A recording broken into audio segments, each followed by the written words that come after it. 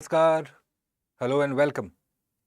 2020 CSAT Part 2 is what we will be tackling today. I am Bhuvan Apurva Jha for StudyIQ IAS, and this is the special revision series for reading comprehension ahead of UPSC preliminary examinations on May the 28th. Today is May the 25th. And if you are appearing this year, or if you're watching this video at a later time, well, this series that StudyIQ IAS English has come up with is running for the past 20 days, is something where we have discussed in toto the entirety of reading comprehensions, right from the fundamentals to the previous year analysis and solving from 2014-15 onwards. Today we have reached 2020, and before this I think we have completed 13 questions in the previous one for the year 2020. Today we'll be dealing with the next 12. Once again, welcome to all those of you who are watching, the regular watchers. If you're joining me for the first time, well, this is the overlay of the series, the overview of the series. Again, this would be of utmost use to you if you are looking to get a foothold and mastery and expertise in solving reading comprehension, what is often the most difficult part of the CSAT examination. You can solve the reasoning questions, the maths questions. All of them are quite okay to deal with. Obviously, they are difficult. No one is denying that. But then you can deal with them and you can develop the aptitude to deal with them. But reading comprehension is something that requires practice, that requires understanding, that requires a certain mastery of the language too.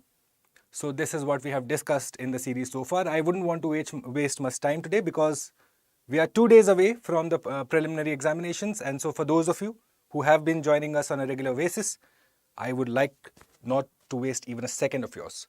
So having said that, we'll straight away jump into the first question for the day. Passage number 1. Yes, that's the 41st question onwards for set A. Okay, so we'll begin with this. Spanish ships in the late 16th century first brought the potato tuber from South America to Europe, whereby in the early 19th century, it had become a reliable backup. Okay, so potato tuber, which was bought by the Spanish to Europe, from South America to Europe, had become a reliable backup to cereal crops, particularly in Ireland. What was the scene there in Ireland? Well, it was cold, rain-soaked, humid. How England is. Hi everyone, good evening. Good evening all of you, welcome. Let's straight away jump into the questions. So the Irish were soon almost wholly dependent. Key word here.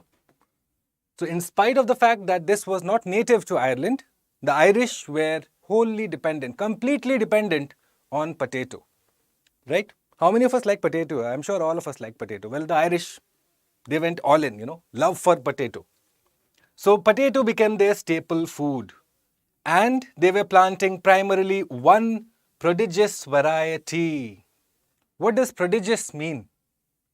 What does prodigious mean? So here, prodigious, the sense it takes is, my bad. Okay. The sense the word prodigious takes is unnatural. Okay, it was unnatural to the place. Okay, the other sense of the word prodigious is something that is in immense size. Okay, or immense in quality or quantity. But here it is being used in the sense to convey that, well, it was being used in an unnatural manner. It was an unnatural species, a variety for Ireland, and they were using it. The lumper potato, whose genetic frailty would be cruelly exposed by this particular fungus. What is frailty? Frailty is weakness. So this particular variety was genetically weak. And that was known when? Well, this fungus comes, Phytophthora infestans, and then suddenly the Irish know that, oh my God, the potato that we are having is genetically quite frail. So what happened there? We'll understand now.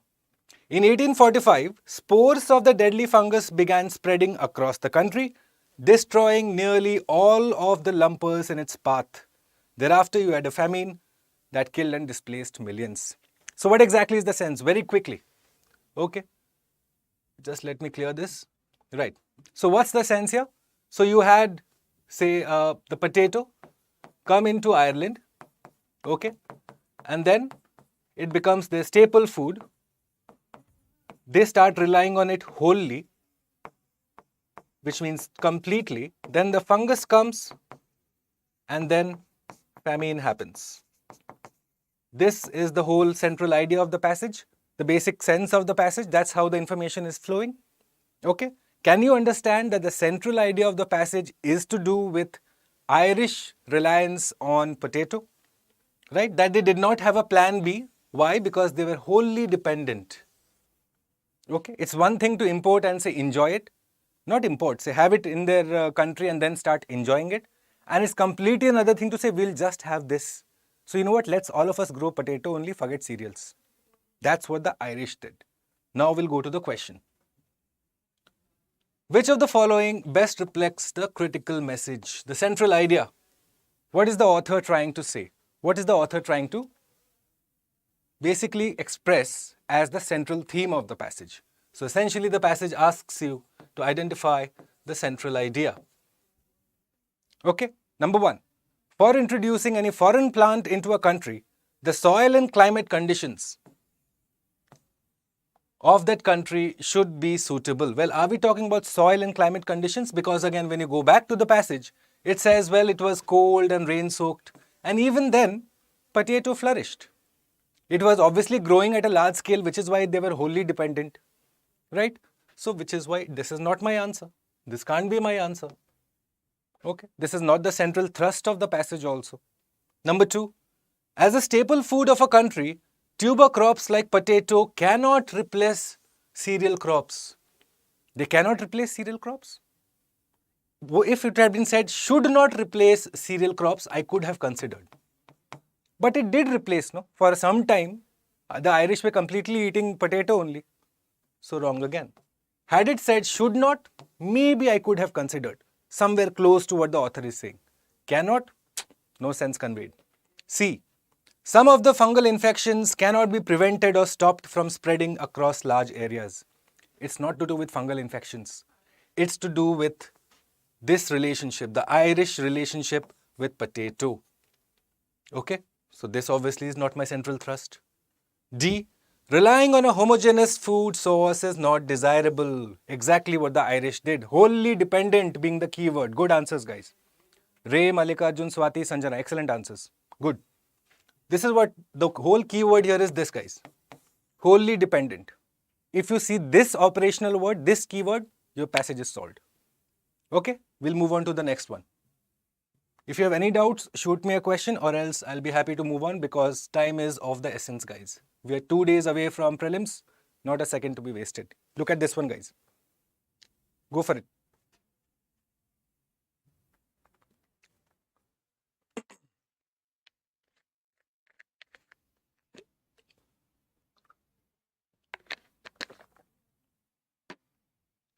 India is at once among the fastest growing global economies and home to the largest number of malnourished children in the world. Okay. So that's what we're talking about, malnourished children. There are regions where malnutrition is not the exception but the norm. What does it mean?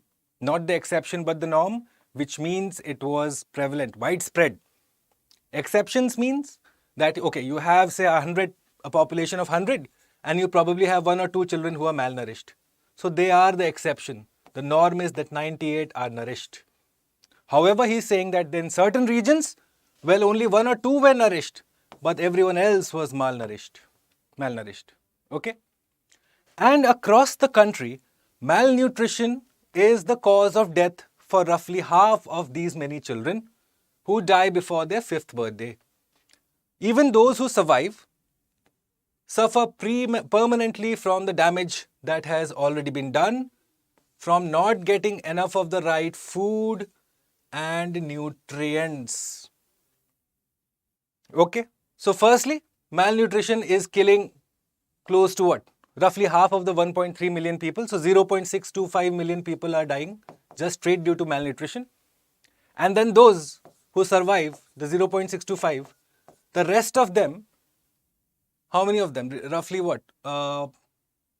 Those who survive, not getting enough food. So basically, those who survive also, this 6 to 5 also, they are suffering only. Why? Because they're not getting nutrients and they're not getting food. This is not available to them. Alright. Around 44 million children under 5 are stunted. Stunted is lack of physical growth. Okay, like a 10-year-old child should look like a 10-year-old child, the body growth of a 10-year-old child. However, if the growth is not happening in proportion to the age, then it is considered stunting. Malnourishment is the primary cause of stunting. Okay, you would know by now. You would have studied that. That makes it harder for them to learn in school and subsequently earn a living. Their lifetime earning potential is almost a quarter. Affects you straight away. When your foundation is weak, when the child's body structure and foundation and nutrients are everything is not, he's not getting or he or she is not getting, then obviously in their formative years, if they are malnourished, they'll grow out to be weak individuals. The brain functioning will obviously be impacted. The mental faculties might be impacted. All of that happens, no? Because you don't have access to proper nutrition, food, all of that. Okay. Now that we've made sense of this passage, which of the following practical implication? What's the implication? Now it's a very difficult question. Before you start attempting, hear me out. This question was one of those questions where there was large scale disagreement. Even after the key came out, people were haggling whether this should be the answer, that should be the answer. Most of the students got this incorrect. This was one of the most difficult questions in probably 2020 paper and across the papers also, whenever you have a look. So be very careful. We'll pay some time to this particular question. Hi, good evening, Buddhapati. Let's go for the questions, guys. First one. India's public distribution system should be monitored by the union government. Firstly, it's talking about monitoring. Secondly, it's talking about union government. Okay. And it's talking about the PDS. Okay. Second one, we'll discuss each first. Second one, girls should be encouraged to delay marriage and first pregnancy. Fine. We'll also keep this at the side for the time being. Third one, mothers should be encouraged to breastfeed their children immediately after birth. Now, the problem here, guys, okay, the problem here is when you look at the instructions just before the question, no, whenever you look at the instructions say that you have to frame your answers based on the passage. Okay, this is a terminology that the UPSC uses. Now, this essentially means that you are to restrict your understanding just to the passage. Okay, just to the information given in the passage. However, it's often mistakenly understood as just confine yourself to the idea in the passage. No, that's not what he's saying. He's saying restrict yourself to the information in the passage. However, when the implications are to be deciphered, you are going to go on a holistic perspective. Okay, understand it that way now. So based on this passage now, let's look at this. These two are talking about ideas that you know are linked to, say, nutrition, that are linked to, say, prenatal birth and childbirth and child nutrition. Because why? Mothers giving the first breastfeeding the children, it releases what? Colostrum, which is rich in nutrients for the child. Now, this is not mentioned in the passage. However, it's to do directly with nutrition of who? The child. What will happen if this happens? The stunting is going to be taken care of to a certain extent. You see how the UPSC asks you to get to the answer. Okay. So, all of these two are indirectly linked to the nutrition angle of a child. If you have, say, a child at 14 years of age or 15 years of age, if a girl births a child, she is not going to be firstly physically and emotionally and as an individual be able to tender care to the needs of the child, right? Because she herself is still an adolescent. So what is it? That you should have child, say, after 21, 22, have, say, a period between two children, you know, say a time period of 2 to 3 years is recommended, 4 years is recommended. So all of those are indirectly linked to the nutrition of the baby that is born. So we'll keep this here too. Fourth one now. The supply of safe drinking water and proper sanitation facilities to all should be ensured. Now, drinking water obviously is linked to nutrition. Cholera, typhoid, all of those waterborne diseases happen. Fifth one, authorities should ensure the vaccination as prescribed. Yes, why? Because if you have vaccination, then that stunting and that disease angle is taken care of. You are going to be better enforced if you have, say, BCG, diphtheria, all of that taken care of, right? Now look at it. It's asking you for the practical implication. What does practical implication mean? That can be done on the ground, right? First one, India's public distribution system should be monitored by the union government. Will monitoring just help reduce the problem of malnutrition? You should ask yourself that question first. And secondly, is PDS just to do with union government? Your GS knowledge will tell you that PDS is to do with both union government and the state government, right? Which is why you can safely say that this is not the answer, even though public distribution system is directly linked to see the problem of malnutrition. Okay, this is how the UPSC asks you to identify with the options. It was one of the most difficult questions in the year 2020. I can't recall any individual who got this correct at the first attempt. And large scale dispute after the examination. That's a different story. So, this can't be my answer, which means this is out, this is out. Now I'm left with 2, 3, 4, 5 or 3 and 5. Now have a look. 2 and 3, aren't they linked? A girl who will delay her marriage and a girl after delaying her marriage, if she is breastfeeding the baby, is good for the baby.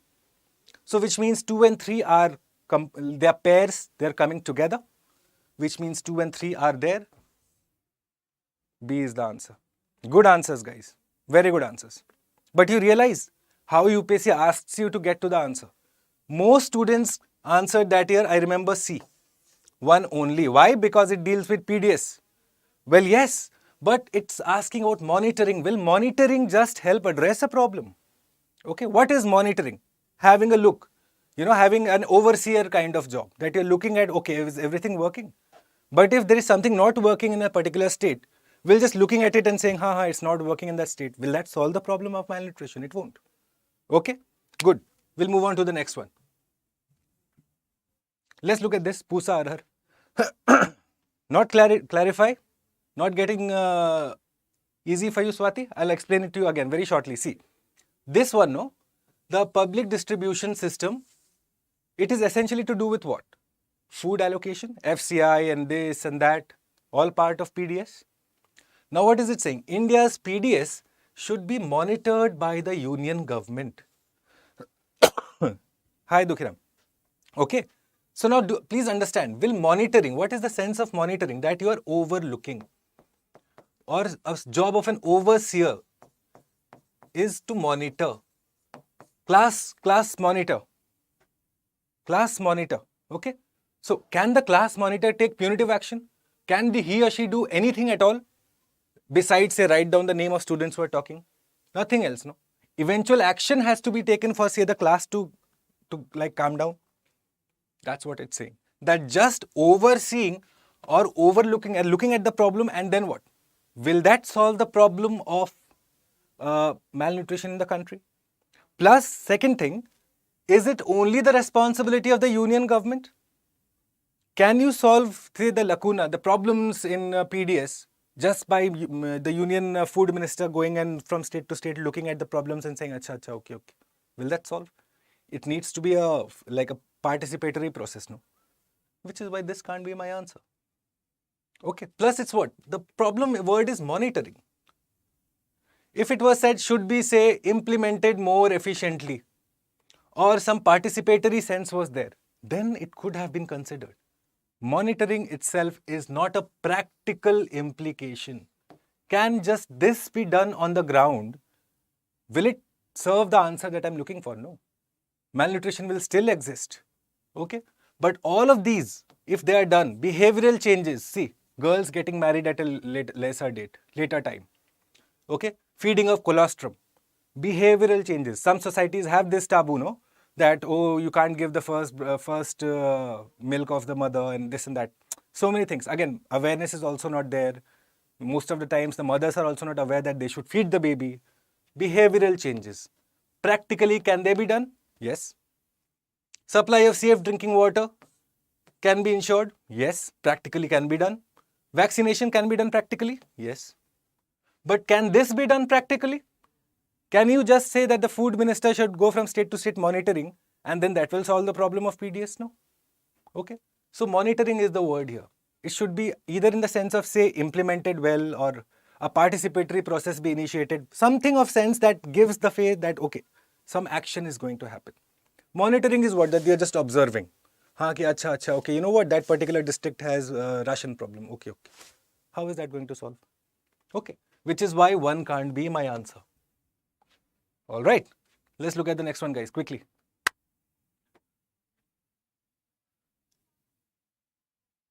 I know. Swati, the author will not say it directly, no, which does the whole point of implies. Implication is what? Especially when he's asking you for a practical implication, he's essentially asking you what's the logical step after this. What's the logical step that should be taken to address the problem? Okay. Monitoring is practical but not rational for malnutrition, obviously. Monitoring is basically you're not taking action, no? You're just overseeing, you're looking at the problem. Acknowledging it and then taking action will solve the problem. How many questions has to be corrected in order to qualify CSAT? Mallikarjun, no, don't go with any numbers. Okay? I'll tell you what, before CSAT you will find 100 faculties with millions of views tell you, solve these many questions, solve that many questions. Don't go and plan your attempt on the advice of someone who's got nothing to offer. You go and solve every question on merit. If you know it, good. Follow the procedure, believe in your hard work. If you worked hard, the paper will be easy. Don't worry about how many questions should I solve, what will be the cutoff. All of those guesswork is gone, finished now, no time for that. Today is 25th, 26th, 27th, 2 days. So just clear head, nothing else.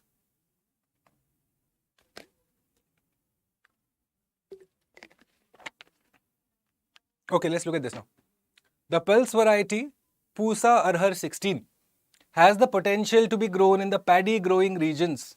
So we are talking about a pulse which has the potential to growth in paddy growing regions of Punjab, Haryana and Uttar Pradesh, and eventually the rest of India. Its yield will be significantly greater than those of existing varieties of what? Of pulses. And because its size will be uniform, it will be amenable to mechanical harvesting. Amenable is, it will be what? What's amenable? Am is basically, the word ami is to do with friendship in English. So amenable is, it's going to be friendly. You will be able to mechanically harvest it. Okay, you will be able to mechanically harvest it. An attractive feature for farmers in northern India who currently use this technology for paddy. How Delhi gets black every winters, no? Okay, so because of that, stubble burning, as you say. So most importantly, Arhar straw of this particular variety, unlike paddy straw, is green and can be ploughed back into the soil. Look at it. Whereas paddy straw you have to pull out from the ground, this can be put back in the ground. In paddy straw, the problem is the high silica content, which does not allow for easy decomposition. Whereas in case of Arhar Pusa 16, after combine harvesting, you just need to run a rotovactor to clear the leftover straw into pieces. Then you can plow it back into the soil and then it decomposes very fast. That is the problem. That paddy, well, it does not decompose at all. Okay. Arhar, well, it decomposes well. Okay. All this is difficult with leftover paddy stocks that cannot be easily salvaged. Farmers therefore choose the easiest option of simply burning it. Clear? Not a very difficult passage. Simple. If you know about the Delhi pollution problem, this is like, oh my God. And since we are in NCR, this is like, I can relate to every line here. Okay? So fine. Now that we know about this whole thing between paddy and Arhar, paddy and pulse, let's look at it. The rational inference. What is the rational inference here? Right? Number one, farmers' income will be higher with pulse cultivation than with paddy cultivation. income of pulse will be higher than paddy. Is it so? Let's look at the passage. Now what it says here, that its yield at 2000 hectare will be significantly greater than those of existing varieties of what? Of pulses. And because its size will be uniform, all that nonsense, okay, fine. But then, this yield being higher is with relation to other pulses, whereas the comparison is with paddy. Which means 1 can't be my answer. 1 can't be my inference. Okay? Because there is no comparison only, no? For making that comparison, you should know how much they were earning with paddy first. Here it is said that the yield will be higher for Arhar 16 as compared to other varieties of pulse. Okay? Comparison between A and information between B, you cannot draw this comparison. This can't be done. Okay? Second one. Pulse cultivation causes less pollution as compared to paddy cultivation. Absolutely correct. Why? Because pulse, the straw, it decomposes well. Paddy does not decompose. So you have to burn it. So yes, it causes less pollution. So 2 is correct. Third one. Pulse straw can be used to improve soil quality. Absolutely. It says it is green and it can decompose, which means you can do this too. Fourth one, in the context of northern Indian agriculture, paddy straw has no usefulness. Please understand, in the context of northern Indian agriculture, paddy straw has no usefulness. How are we to draw that inference from here? Where is it that it's not useful? In fact, what they say, when you see at it, in northern India, they use mechanical harvesting for paddy. Okay? At no point you will see that the paddy has no usefulness. In fact, all it says is that it is high in silica. Look at it. The problem is it's high in silica. It does not allow for decomposition. That's all. Which is why they burn it. However, can we say this? That it's in the context of northern Indian agriculture, paddy straw has no usefulness? Can we make that assertion? Can we make that claim? We can't. Wrong. Fifth, mechanized agriculture is the main cause of stubble burning. Obviously not. Stubble burning is due to high silica content, which is why it can't decompose. So fifth is not my answer. Which means 2 and 3 are my answers. So option, yeah, C. C is the answer. Good answers, guys. Good answers.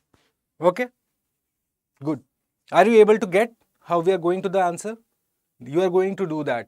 Be very specific. Look at the options. This one is a confusing one. Why? Because when you look at the sentence, it says it. This is how UPSC will try to confuse you. Look at it. Then those will be significantly greater than those of the existing varieties. A student straight away, when prima facie will be reading, will be tempted to think, acha, existing varieties of paddy. So if the yield is higher of pulse, which means the farmer's income will be higher. Straight away. This vagueness by the UPSC is used very brilliantly. So don't fall into that trap, okay? If it was assumption type question, let me have a look. Ray, shoot me the doubt, Budapati. I'll answer your question. Ray, just give me a look. 1 second. Then assumption will be this will be correct. That farmer's income will be higher with pulse cultivation than with paddy cultivation, which is why you should put Arhar 16. Then that would be a fair assumption to make. That's good, Ray. Because that's what he's saying, no? That it will also lead to higher yield. So, but then you'll have to say here it will be other pulse varieties. Other pulse varieties. Because at no time we are able to understand through the passage what's the income of the farmer through paddy cultivation. That sense is missing in the passage. Okay. So if there was other pulse varieties or some other formation, but then the general tone will be the same. Mechanical harvesting, I'll tell you what happens. See, once you have done the katai, once the whole thing has been done, so if this is the soil, there will be these kind of structures there. Okay. Now to pull them out individually is a lot of effort. Okay. So what it's saying, that in cases of pulse, You can have a tractor type thing, it will go up and it will cut everything, and then the rest of it will dissolve in the soil. Whereas in pulse, this is there. Now this has high silica content, so it refuses to decompose. So the farmers just light it on fire. That is it. Mechanical harvesting is essentially you run that rotovector thing and just cut the tip of it, and then the rest just goes in tents. It just decomposes. Okay? Okay, we'll go to the next one. Have a look at this, guys. In India, authorities always look to store the maximum amount of water in the reservoirs during the monsoon season, which is then used for irrigation and generation of electricity during the summer months. Now, what is this? It is an internationally accepted practice that the water level of a reservoir should be kept below a certain level before the onset of the monsoon season. Why? So that there is space to store the excess rainwater and so that water can be released in a regulated manner. But, transition word, which means something is going to speak of the opposite side. The authorities store the maximum amount of water even before the close of the monsoon, only to ensure greater generation and electricity generation and irrigation.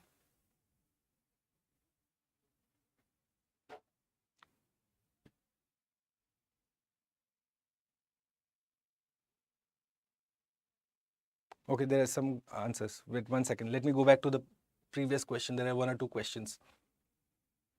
Because of high silica, paddy straw is of no use. Huh? Because of high silica, what? There's no use of, no? In the context of, again, northern Indian agriculture, paddy straw has no usefulness. So, you have to say in the complete Indian architecture, no, first. You can't just limit to northern also. Right? So, C is not correct. C is incorrect, Baba. Which is why you'll have 2 and 3 only. Okay? Let's go back to this one quickly. Now, this whole passage, what is it saying? That in India, you have dams that are filled till here, even before the monsoon is to hit. Whereas this is in India, and say in abroad countries, they'll fill it only up till here so that it can fill up till here after the monsoon has hit. Why we don't fill up half only? Why Indians like to fill up till here?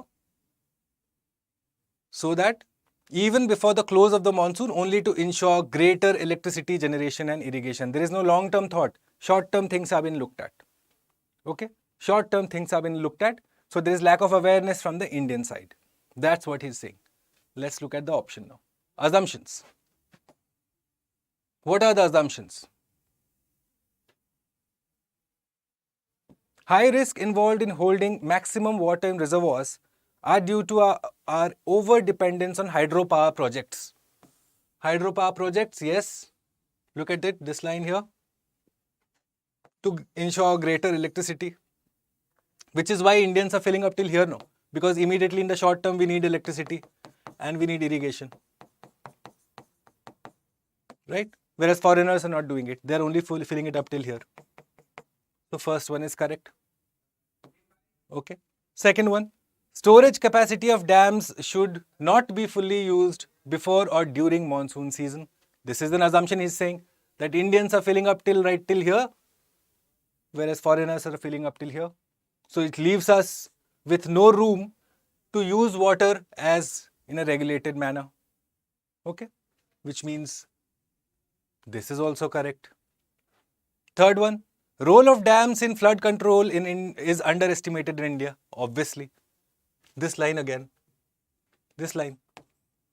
That we are not using dams so that we can use water in a regulated manner. He's saying all three. All three assumptions are correct, guys. And 2 of them coming from the same line.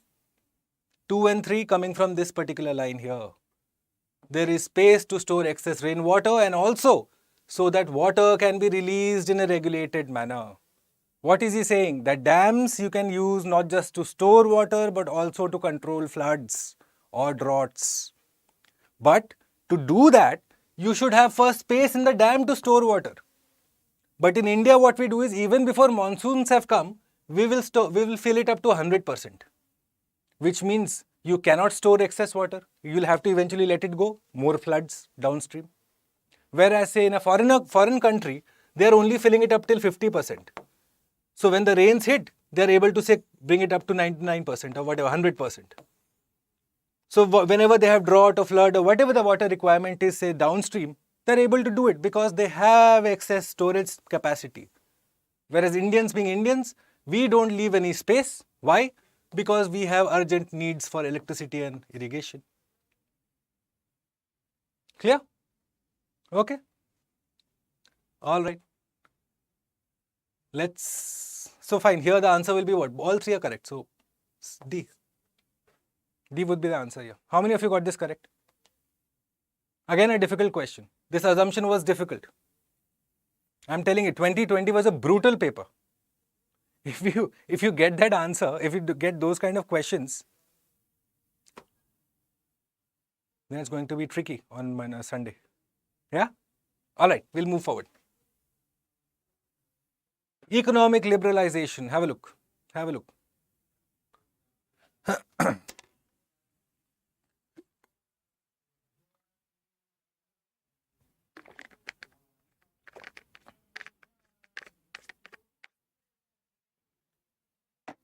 All right.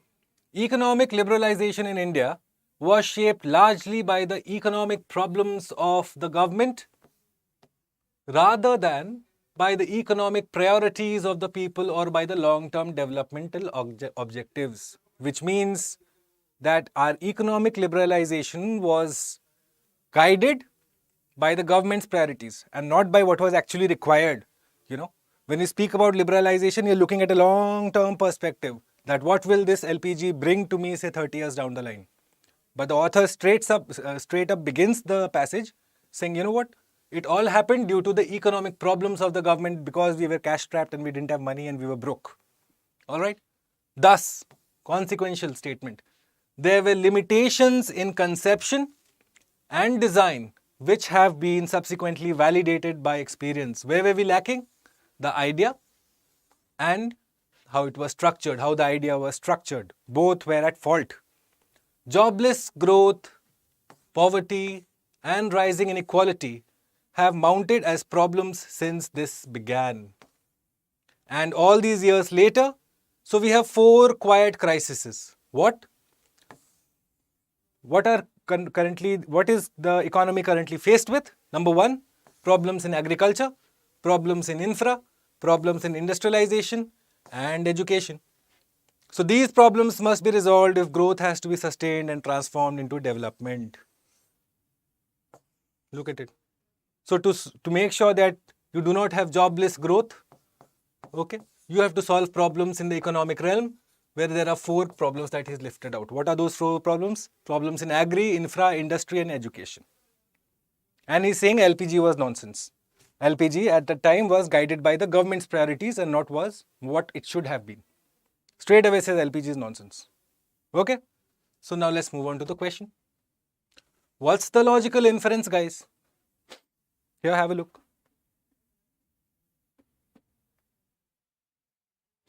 It is essential to rethink and redefine the economic role of the state in quest for development. Rethink and redefine the role of the state in the quest for development. These are the key words here. Now the author begins the paragraph saying that the problems are due to the government. Okay? That they were short-term, myopic in their view. They didn't take the long-term perspective. So yes, this is correct. That we need to reevaluate how much role should have a government in, say, economic policies. Okay? Correct, absolutely correct inference. Second one, India has not made effective implementation of its policies in social sectors. Social sectors, this one here. Agri, infrastructure, industry, education, all are components of social sectors. Now you must have noticed this trend, guys. Especially those who have been joining this. Good answers, Ray and Dukhiram. If you must have noticed a trend. So what does UPSC do? Okay. They will throw words like health, education, then industry, all of these words. And then in the option, they will give you the holistic term for it, something like social indicators or social sectors, which means you need to be able to identify. Your GS knowledge is used to a certain extent. Okay. So again, that whole interpretation, no, that you answer based out of the passage is only partially true to a certain extent. You need to be able to channelize your common sense. When you look at the options, channelize your common sense a bit. Okay, don't look at the options just in isolation. Right, like that PDS question. Common sense. Can monitoring just help solve malnutrition? Think for a second and question the option. Is it only the priority of the union government? Or should the state government also get involved? Okay, because common sense will tell you what? That PDS ration delivery is to do with both union and state. Right? So apply a bit of common sense. And whenever you look at the whole question, look at it in totality.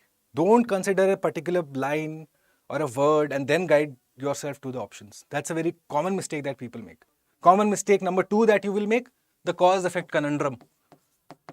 Okay? That the passage will mention something else as the cause and something else as the effect. In the option, UPSC will just turn this around. Now, since you have seen those words in the passage, you will be like, this is the answer. My gut feeling tells me. Wrong. So these 2-3 things just keep in mind, guys. The cause, effect, this holistic term using in the option, they do this very often. Good answers, all of you. Good. So which means both are correct here, right? Select the correct answer. So yeah, correct. Next. Again, assumptions. See how many assumptions are asked. We are able to solve this comprehensive question during a class. Thinking capacity does not come in exam hall. Don't worry, Swati. I'm telling you it will come. Trust your learning. You know, you guys have been here for almost half the series or more than that. I know that you will apply these methods. Okay. Just be calm because see, all these questions like ask you to evaluate a lot, no? It's asking you to think on the spot. So if this is not calm, no way you can get the answer. Then you will go with your gut feeling. So this has to be extremely calm. Think from a very administrator's perspective when you look at the passage. If you were to summarize this for your minister, how best will you do it? Okay? Think from that way. That really if your job was on the line and if you had to summarize this in the most easiest lines in your native language for your understanding, how would you do it? Forget UPSC CSAT. That is the extra pressure only, dude. Don't do that. Okay? Let's look at the assumptions.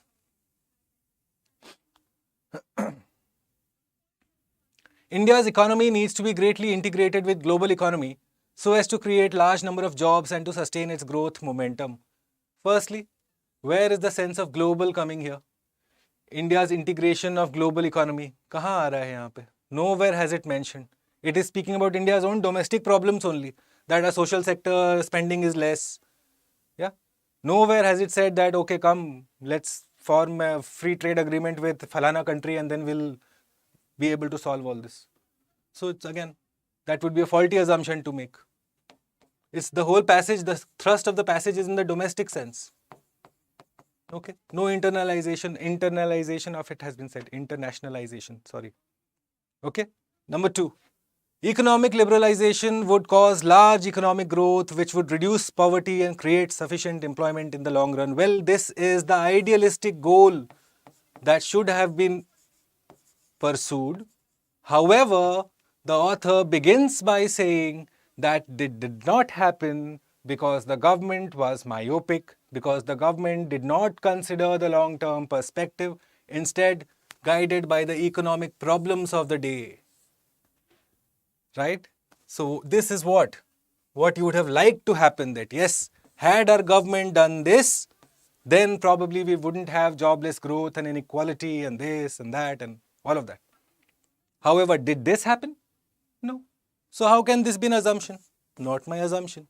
So 1 and 2 both are wrong, which means assumption are valid. So D. 46D. Again, difficult. See? D, guys. D. This is what? This is the ideal scenario that should have happened. If this were true, would your passage be true? No. Because the author begins by saying that, well, did this not happen? Economic liberalization was guided by the problems of the government than by the priorities of the people or long-term objectives. He begins by saying, you know what, this did not happen. Why? Because our government was myopic. The option here says, oh, look at the flowery dream sequence about economic liberalization. Not an assumption. See, what is an assumption, guys? Bodhapati, understand it this way. Assumption is something, I'll repeat, if this assumption is true, then the passage will be true. Okay? Now, if this statement is true, which means if I consider this to be correct, if this were to be true, then my first line of the passage only becomes untrue, no? Yes? This is in direct contradiction to that thought. So it's not an assumption. Right? You cannot do that. Can you consider option 1 to be global? Where is the global?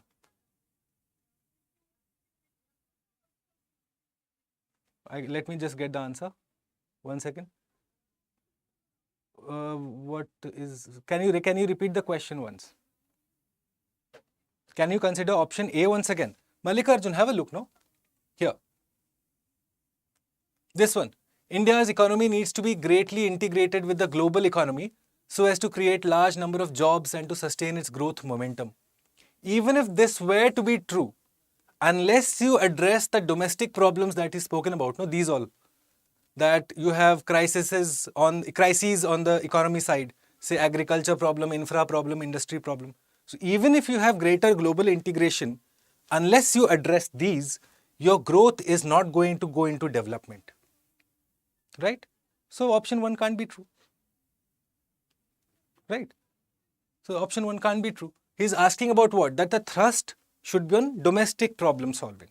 That the thrust should be on social sector spending. Creating capacity in the social sector. Right? So which is why this can't be the answer, no? Yeah. Global can't be the answer.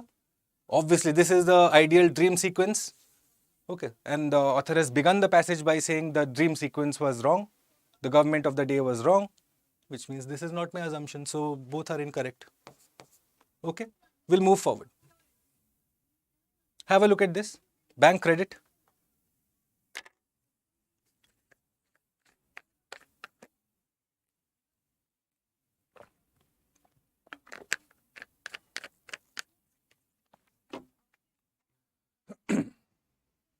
Bank credit to the industrial sector has started shrinking. Its decline has been a serious concern as credit growth is essential to revive investment. The problem's origins lie in the incomplete reforms of the last 25 years. Okay? An institutional change that should have followed by the 1991 reforms should have been setting up a resolution corporation for banks. This is what he's saying, that resolution corporation for banks should have been set up, which means it wasn't set up. In a market economy with booms and busts, bear and bull, banks should be allowed to set up and fail. Should be allowed to set up and fail. Today we cannot shut down banks because there is no proper system to shut them down. Weak loss-making banks continue to need more capital. Oh, it's like I'm reading a passage for the US economy. Too big to fail banks. That's what it's saying, that we do not have a way, a procedure, wherein you can say a bank is bad bank now, it cannot function anymore. That we as taxpayers have to sustain loss-making banks. They need more capital. Who is going to give the capital? You and I know. It's not like it's going to come from Aladdin's chirag. Right? So, what is the rational inference here? Give me the answer to this 61.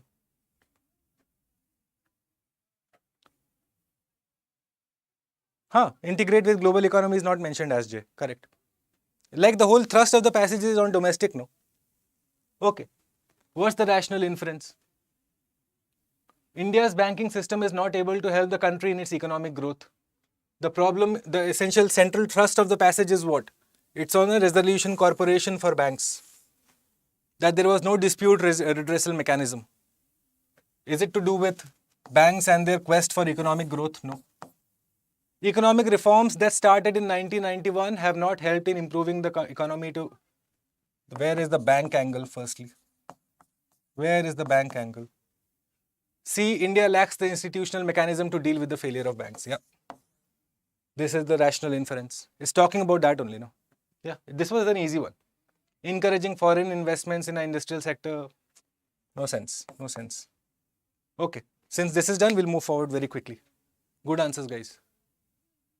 Have a look at this.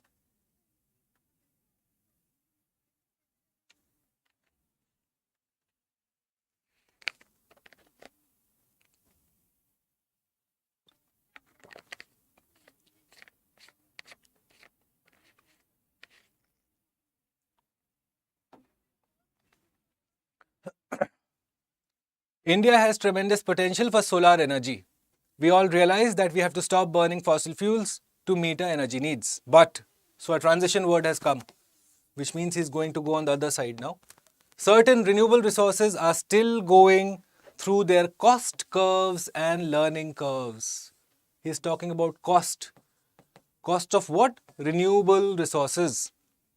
To get the required amount of output, the Indian government has strongly committed, again 33% by 2030, and towards this it has initiated a strong push. So a strong push has been seen towards gas-based economy and has invested heavily in renewable energy. However, again another transition word, business houses are wary of investing too heavily in renewable energy at a time when the technology is not yet ready. So it's essentially saying Government of India, okay, going for sustainable developmental goals, is looking at gas-based economy plus renewables. However, cost of renewables is high, which is why businesses are like, no, we don't want to invest. Right? So India's commitment to reduce emissions by 33% is unlikely to be achieved. Please understand this now. An inference cannot speak about a future prediction. A future prediction is never a part of an inference. Okay? Especially these kind of words, unlikely. How would you know? How can you guarantee? He is speaking about a particular situation. Okay, that the cost is still going through the cost curves because the technology is being developed, so that price point has not been reached. How can you correlate that with an international goal? Right? Makes no sense. And plus, any kind of these predictive statements, go back to the passage and see first. Okay. B. India should import gas rather than invest. No sense again. There's no option of choosing that the author has given us. C. Getting renewable resources to market too soon may be costly. Exactly what he's saying.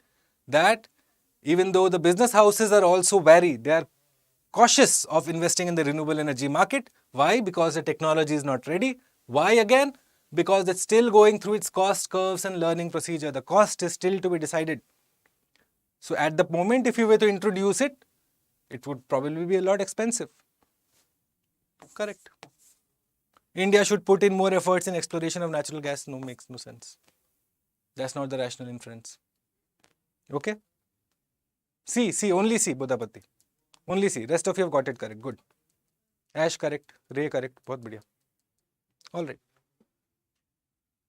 Let's move on to the next one. Assumption. What's the assumption the author has made in giving all that gyan about gas-based economy and renewable energy and cost process and this and that? What's the gyan that he's given us? Government should provide inefficient and costly, government often provides inefficient and costly subsidies for technologies that may not be ready in the near future. Correct. Absolutely. Why?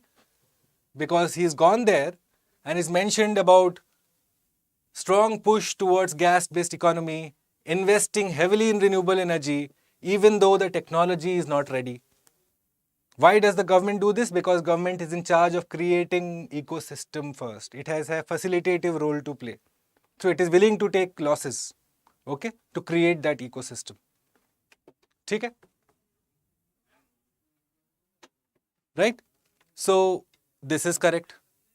India's commitment of reducing emissions by 33% shall be on the basis of gas-based economy. What about renewables?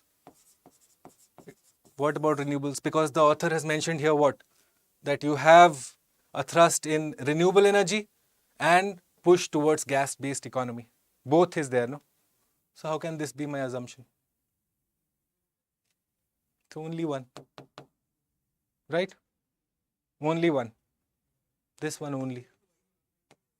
Because this does not mention the renewable energy bit, no guys? It's talking about what? Gas-based plus renewable. This is where the government is investing money. Correct? Once more again. Swati, do you want once more? Okay. Look at the assumption. See, governments often provide inefficient and costly subsidies for technologies that may not be ready. So what is it saying? That government is investing in loss-making projects. It's funding and it's running in loss to develop what? A technology that is not yet ready. That's what it's saying, no? When he says this, all of this here, all of this gyan that he gives us, that it has initiated a strong push towards gas-based economy, invested heavily in renewable energy, and then he says, well, business houses are not investing. Why? Because the technology is not ready. Why is the technology still not ready? Well, because we are still figuring out the cost curve. How much money should be put? What's the optimum level of, say, price point? None of that is decided yet. Huh? That's what, no? See, no. Look at this, Budhapati. I'll tell you what. On the basis of gas-based economy, basis is what? On the fundamental, on the bedrock, right?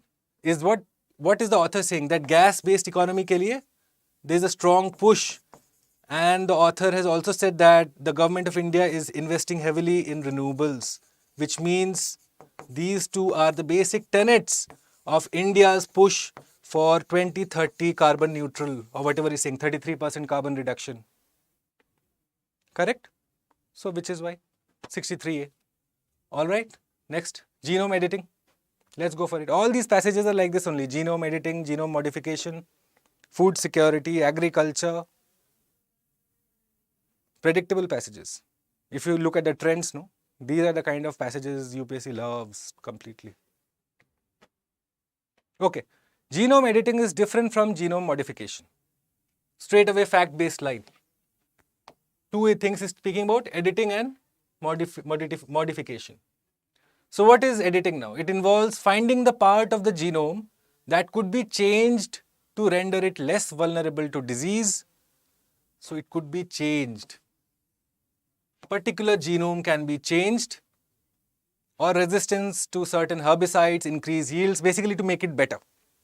So how do they do it? They use molecular scissors.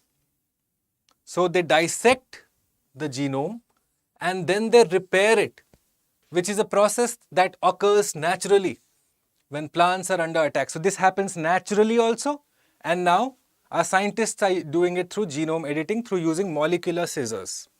Okay, where they repair a particular genome that is probably at fault, right? And throw up new mutations, fine. This evolutionary process can effectively be speeded up now that it is possible to examine plant genomes in detail in labs and create mechanisms through which genes can be altered. That's all they are saying. Cutting, chopping of, like how what? Editing. What does a film editor do? Chop and cut scenes to make a story. Same thing what scientists are doing. Chopping and cutting genomes to make a product that gives us high yield, is resistance, herbicide, all of that. So that it is essentially better. So with reference to the above passage, what are the assumptions that the author has made? Okay, number one, genome editing does not require the transfer of gene from one plant to another. Correct or incorrect? Correct or incorrect? Look at this. At no point has he said about transfer. The words being used, altered, changed, repair. Look at it. This is all to do with cutting, chopping and making sure repair. What do you repair? There's a difference, no, between repair and recall. You know that. Repair is to make sure that what was not functioning properly is repaired and it functions properly. Recall is that you throw it out and get a new product, get something new in. So this is absolutely correct. It does not require the transfer because the transfer sense is not mentioned anywhere, especially when you're talking about editing. There is no sense of transfer, guys. No, B is the incorrect answer. Look at it. He's mentioned words like repair, change, alter. What does it mean? Jeans alteration, you do, no? So do you go and get yourself a new pair of jeans? No. Existing one, only you ask him to cut, chop, and the tailor will do something, no? So that is it. There is no transfer of genes. It is all just a particular strand, a helical strand is there. You just chop this one out, probably change the sequence and then get a better high yield variety. That is gene editing. So A is correct. This statement is correct. Through genome editing, the chosen genes can be altered in a manner similar to the natural process that helps plants. Yes, he mentions it's a natural process and he mentions about change.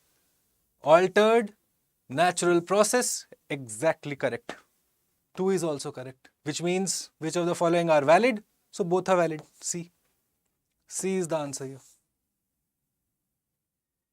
Identification of words, guys. At no point has he said that plant genome from another plant or going to another plant, that sense has not been conveyed. Correct? Okay. Difficult one again. I see most of you got it wrong, but this was the case in that year also. Okay? So you're not the first ones, but you should understand the sense. The choosing of words is very carefully. He's used it so carefully. Changed, repair, molecular scissors. What do scissors do? Chop and change. Altered, genes alteration. You don't get a new genes. Okay? Fine. We'll move forward. Passage 4. Solid waste management and health. Solid waste management and health. So most people think, well, solid waste management is just to do with this mound of heaps. So if you are in Delhi, no, option A is correct. Mallikarjun, absolutely correct in the previous one. Absolutely correct. It does not require the transfer of genes from one plant to another, correct? So the answer will be C. Both are valid assumptions. Okay. Look at this now. If you have been to Delhi, okay, you will see this massive, like a Taj Mahal of solid waste that is right there. Okay. You will see a massive waste of, what's the problem here? Are you guys getting confused? Option A is wrong. No, not wrong. Why is it wrong? Genome editing does not require the transfer of genes from one plant to another. Correct. That's what is spoken about. No, it's a fair assumption to make. B talked about only environmental factors. Through genome editing, the chosen genes can be altered precisely in a manner similar to the natural process. This is what this line, guys. Here, researchers use scissors to dissect the genome and repair it. Then here onwards, you look at it, which is a process that occurs naturally when plants are under attack from diseases, which means it happens naturally also when plants are under attack, and scientists are also able to do it to make sure that they get better, which is less vulnerable to disease or resistant to herbicides or to increase its yield to make it better. Okay? So both are correct. Okay, look at this one now quickly. So if you've been to Delhi, you'll know that we have a massive, this whole mountain of waste material here. So that is what he's saying. That most people think solid waste management is to do with this mountain of waste material here. Okay? Which becomes home for flies and other vermin. Vermin is like rats and all. All these rats, mouse, they are called vermins. However, transition word, which means he's going to say that solid waste management is not just to do with this garbage, something else. There is another aspect that is not well understood. That is, what happens when solid waste management combines with poor drainage. So you have waste management plus drainage, dumping of sewage into drains which are meant to carry storm water during rains. So you have choked drains which are full of stagnant water breeding, and then you have waterborne diseases. What is the sense of the author, guys? Very simple. In one line, if you were to understand it, solid waste management is to do with not just solid waste, but also your water waste plus drainage. So if you are to address the problem of solid waste management, you will have to address both solid waste as well as water waste plus the drainage of the water waste. Clear? Let's look at the question. What's the critical message? The central idea of the author is what he's asking you to identify. Give me the answer to this, guys. I've given you the whole network here. Solid waste management is to do not just with solid waste, but also with water waste as well as drainage of the water waste. What's the sense that is being captured by which option? Which option? C? Clear? Yes, absolutely C. This is how you are going to break the passage, guys. All of this is story. Urban local bodies do not have resources. No, how do we know? India drainage networks are not separate for sewerage and storm water. How is it the critical message? It's about solid waste management. It's about disposal of solid waste and water waste and making sure it does not come back in the primary water system. D, bad management of solid waste by municipalities. Again, where is water shortage discussed? Only the author knows, or this option knows. Correct? Good, good. Ray, Nalajana, Mallikarjun, brilliant answers. Good. Superb. Bahut acha. Okay, moving forward. What is the most... What happened here? Did we miss a question? Okay. I think we're missing a question. There's something wrong.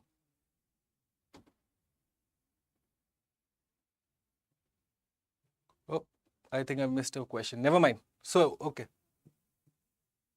Anyways, so probably the next passage is missing, but okay. Or if you have the passage in front of you, can I slow down while reading passage? I can, Swati, I can. The thing is, the passage is easy. The options are difficult. Yes? And I'm trying to break down the passage for you in a manner which you can understand. Eventually, it's about understanding the passage. Couple of things before I wrap up this class.